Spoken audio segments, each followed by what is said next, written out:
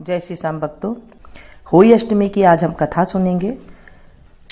कार्तिक के कृष्ण पक्ष की अष्टमी को होई अष्टमी का व्रत किया जाता है और ये व्रत जिस वार की दिवाली होती है ना, उस वार को होई का व्रत किया करते हैं।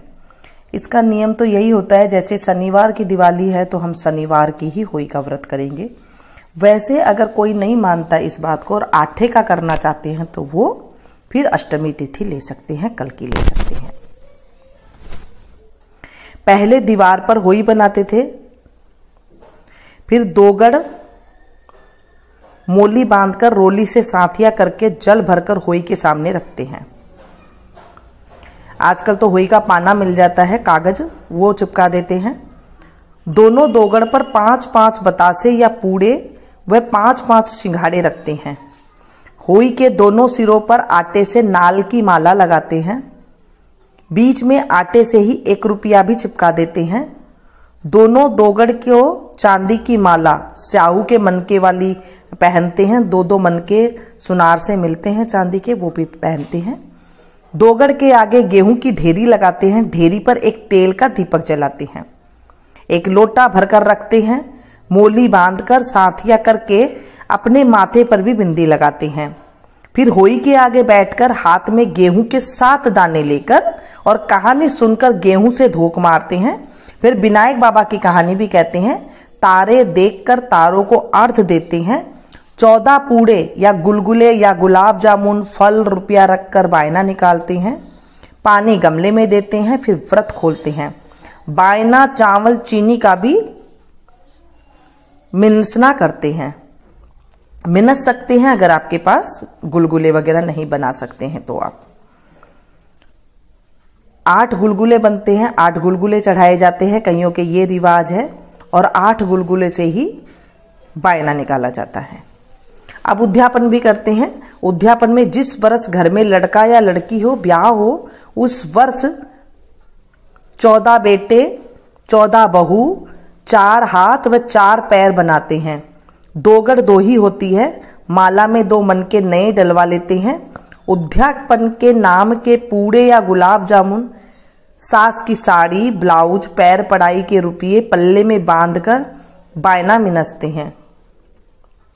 और जिस साल उद्यापन करते हैं उस साल 2 बायने निकलती हैं।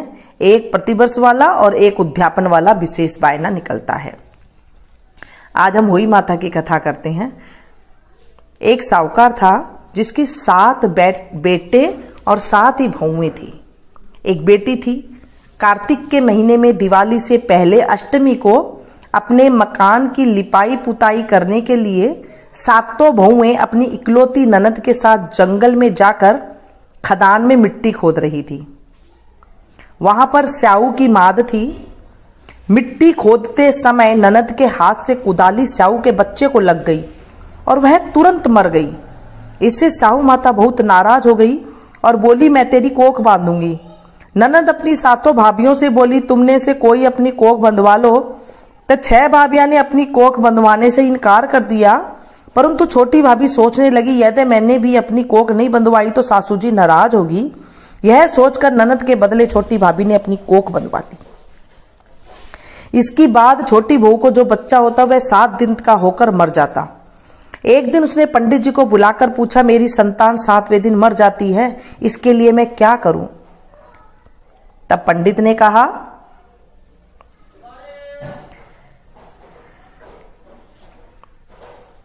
तुम सुरही गाय की सेवा करो। सुरही गाय स्याऊ माता की एक भाईली है, वह तेरी कोख खुलवा देगी, तभी तेरा बच्चा जिएगा। अब वह बहुत जल्दी उठकर चुपचाप सुरही गाय के नीचे साफ सफाई कराती थी। गाय एक पैर से लंगड़ी थी। गऊ माता बोली, हर रोज उठकर कौन मेरी सेवा कर रहा है, मैं आज देखूंगी। गऊ माता खूब सवेरे उठी तो क्या देखती है कि साहूकार की बेटे की बहू उसके नीचे साफ सफाई कर रही है। गऊ माता बहू से बोली, क्या मांगती है?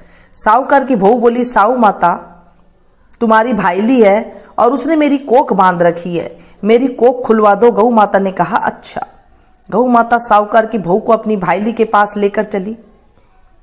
रास्ते में कड़ी धूप थी। वे दोनों एक पेड़ के नीचे बैठ गई। थोड़ी देर बाद एक सांप आया। उसी पेड़ के पर गरुड़ पंखनी के बच्चे को डसने लगा। साहूकार की बहू ने सांप ढाल के नीचे दबा दिया और बच्चे को बचा लिया। थोड़ी देर में गरुड़ पंखनी आई तो वहां खून देखकर साहूकार की बहू को चोंच मारने लगी। साहूकार की बहू ने कहा, मैंने तेरे बच्चे को नहीं मारा, बल्कि सांप से तेरे बच्चे को बचाया है मैंने, जो मारने आया था। मैंने तो उससे तेरे बच्चे की रक्षा की है। यह सुनकर गरुड़ पंखनी बोली, मांग तू क्या मांगती है? तूने मेरे बच्चे जिवाए हैं। वह बोली, 7 समुद्र पार साहू माता रहती है, हमें तुम उसके पास पहुंचा दो। गरुड़ पंखनी ने दोनों को अपनी पीठ पर बैठाकर साहू माता के पास पहुंचा दिया। साहू माता उनको देखकर बोली, आ बहन, बहुत दिनों से आई है। बात करते करते समय साहू माता ने बीच में कहा, बहन मेरे सिर में जुएं पड़ गई है। सुरई के कहने पर साहूकार की बहू ने उसके सिर की सारी जुएं निकाल दी। इस पर साहू माता ने प्रसन्न होकर कहा, तूने मेरे सिर में बहुत सलाई फेरी है, इसलिए तेरे 7 बेटे और 7 बहू होंगी। वह बोली, मेरे तो एक भी बेटा नहीं है, 7 बेटे कहां से होंगे? स्याऊ माता बोली, वचन दिया है, वचन से फिरूं तो धोबी कुंड में कंकड़ी हूं। साहूकार की बहू बोली, मेरी कोख तो तुम्हारे पास बंद पड़ी है। यह सुन साहू माता बोली, तूने तो मुझे ठग लिया। मैं तेरी कोख खोलती तो नहीं, पर अब खोलना ही पड़ेगा। जा घर तेरे, तुझे 7 बेटे 7 बहुएं मिलेगी। तू जाकर 7 उद्यापन करना, 7 होई बनाकर 7 कढ़ाई करना। वह लौटकर घर आई तो वहां देखा कि 7 बेटे 7 बहुएं बैठी है। उसने 7 होई बनाई, 7 उद्यापन किए, 7 कढ़ाई करी। शाम के समय जेठानियां आपस में कहने लगी, जल्दी जल्दी धोक पूछ कर लो, कहीं छोटी बच्चों की याद करके रोने न लगे। थोड़ी देर में उन्होंने अपने बच्चों से कहा, अपनी चाची को घर जाकर देख कर आओ कि आज वह अभी तक रोई क्यों नहीं। बच्चों ने आकर कहा, चाची तो होई बना रही है, खूब उद्यापन कर रही है। यह सुनते ही जेठानियां दौड़ी दौड़ी वहां आई और आकर कहने लगी, तूने कोख कैसे खुलवाई? उसने कहा, तुमने तो कोख बंधवाई नहीं थी, सो मैंने कोख बंधवा ली। मैं छोटी थी, मुझे तो अक्ल नहीं थी, परंतु अब साहू माता ने दया करके मेरी कोख खोल दी है।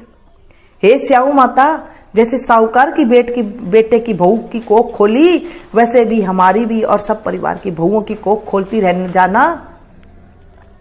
कहते कि सुनते कि हुकारा भरते कि इसके बाद विनायक जी की कहानी भी जरूर सुननी चाहिए। हे स्याऊ माता, अगर मुझसे कोई गलती हो गई हो तो मुझे माफ करना, मेरे बच्चे को सही सलामत रखना, उनकी आदि व्याधियों को दूर करना। हे स्याऊ माता, इस कहानी को जो पढ़े सुने हुकारा भरे, उसकी भी सारी रक्षा करना। बोलिए स्याऊ माता की जय। विनायक जी की कहानी। एक बार विनायक जी महाराज एक चुटकी में चावल और एक में दूध लेकर घूम रहे थे और कह रहे थे कि कोई मेरी खीर बना दो। एक बुढ़िया माई बोली, ला मैं खीर बना दूं। वह कटोरा ले आई। तब विनायक जी बोले, बुढ़िया माई कटोरा क्यों लाई है, भगोना लाकर चढ़ा दे। तब बुढ़िया माई बोली, इतने बड़े भगोने का क्या करेगा, कटोरी बहुत है। विनायक जी ने कहा, तू चढ़ा कर तो देख। बुढ़िया माई ने भगोना चढ़ा दिया और चढ़ाते ही वह दूध से भर गया। फिर विनायक जी ने कहा, मैं बाहर जाकर आता हूं, तुम तक खीर बना के रखना। तुम तब तक खीर बना के रखना। खीर बनकर तैयार हो गई, परंतु विनायक जी महाराज नहीं आए तो बुढ़िया माई का मन ललच गया और वह दरवाजा बंद करके खीर खाने लगी और बोली, विनायक जी महाराज भोग लगाओ, और खीर खाने लगी। इतने में विनायक जी आ गए और बोले, बुढ़िया माई खीर बना ली। बुढ़िया बोली, हाँ आकर जीम लो। विनायक जी बोले, मैंने तो जीम लिया, जब तू जीमने लगी थी तभी मैंने भोग लगा लिया। तब बुढ़िया माई बोली, तुमने तो मेरा तो पर्दाफाश कर दिया, मेरा तो पर्दा हटा दिया, परंतु किसी और का पर्दा मत हटाना। तब विनायक जी महाराज ने खूब धन दौलत भर दिया, खूब ठाट हो गए। हे विनायक जी महाराज, जैसे बुढ़िया माई को दिया, वैसे कहते को, सुनते को, हुंकारा भरते को मेरे परिवार को भी देना। हे विनायक जी महाराज, मुझ पर कृपा करना। 7 दाने जो गेहूं के लिए थे, उन्हें आप पल्ले में बांध कर रख लें और कुछ और दाने लेकर के सूरज भगवान को अर्घ दे दे थोड़ा सा, और फिर उस लोटे को जिससे कहानी सुनी है उसमें थोड़ा पानी और भर के शाम को जब तारे निकले तब उन्हें अर्घ देकर जीवना है। कईयों के एकदम शाम को कहानी सुनते हैं, कईयों के दिन में कहानी सुन लेते हैं। जैसे आपके घर में है वैसे रिवाज कर सकते हैं। और उसके बाद जो है अर्घ देकर पहले भोजन करें। भोजन में आप मीठा खाएं सबसे पहले, उसके बाद आपने जो बनाया है वो खा सकते हैं। कार्तिक के महीने में दाल नहीं खाते हैं, इसलिए दाल नहीं बनाते हैं, तो इस चीज़ का भी आपने ध्यान रखना है।